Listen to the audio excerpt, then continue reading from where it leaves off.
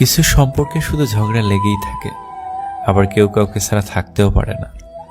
গুরুত্ব থাকলে প্রত্যেকটা সম্পর্কই টিকে যায়, হোক তা ভালোবাসা বা বন্ধুত্ব। যে ছেলেটা তোমাকে পাওয়ার জন্য অল্প বয়সে চাকরির জন্য দৌড়ায়, সে কখনো তোমার প্রাক্তন হওয়ার যোগ্যতা রাখে না।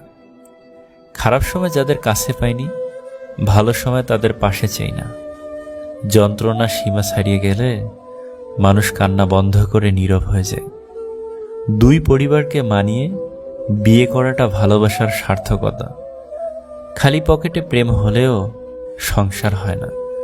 22 বছর বয়সে ভালোবাসার মানুষটাকে নিজের করে পাওয়ার জন্য আমার বাবা মায়ের পা জড়িয়ে ধরে কান্না করতে করতে বলেছিলাম, আমি সত্যি ওকে অনেক ভালোবাসি, আমি ওরে ছাড়া থাকতে পারবো না। আমার অল্প বয়স নিয়ে যদি তোমাদের সমস্যা হয়, তাহলে রিং পরিয়ে রেখে আসেন, 2 বছর পর বিয়ে করব। তারপরেও আমি ওরেই চাই, কিন্তু কোনোভাবেই আমি আমার পরিবারকে রাজি করাইতে পারি নাই। এখন 27 বছর বয়সে আমার মা বাবা আমারে ধরে কান্নাকাটি করছে আর বলছে কেন আমি বিয়ে করছি না, আমার কোনো পছন্দ আছে কিনা জিজ্ঞেস করছে। হয়তো তার সাথে আমার কোনো যোগাযোগ নেই, কথা হয় না, দেখা হয় না, কিন্তু আজও আমি তাকে আগের মতোই ভালোবাসি। তাকে ছাড়া অন্য কাউকে আমার জীবনে ভাবতে পারি না। ভালোবাসা কখনো শেষ হয় না, শুধু প্রকাশ করা বন্ধ হয়ে যায়। ডিভোর্সি মেয়েদের সাথে কখনো কেউ মজা করবেন না, কারণ তারা এমনিতেই অনেক অসহায়। পারলে তাদের বিয়ে করে সুন্দর একটা সংসার উপহার দিন। বিষের বদলে বিষ নাই বা দিলাম, সুখ তোমারই থাক, আমি দুঃখ নিলাম। যার অনুপস্থিতি কষ্ট দেয় আপনজন সেই হয়, আর যার উপস্থিতিতেও কিছু যায় আসে না, সে আর যাই হোক আপনজন নয়। বিবাহ এমন একটি প্রথা যেটা হবার পর একটি মেয়ের ওপর থেকে পিতার অধিকার কমে যায় আর পতির অধিকার বেড়ে যায়। এমন কাউকে ভালোবাসো যে তোমাকে কষ্ট দিয়ে নিজে কষ্ট পাবে। এমন কাউকে বিশ্বাস করো যার মনে সারাক্ষণ তোমাকে হারানোর ভয় থাকবে। তুমি আমাকে ভালোবাসো বা ঘৃণা করো, দুটোই আমার কাছে সমান, দুটোতেই আমি খুশি। কারণ ভালোবাসলে আমি তোমার হৃদয়ে আছি, ঘৃণা করলেও আমি তোমার হৃদয়ে আছি।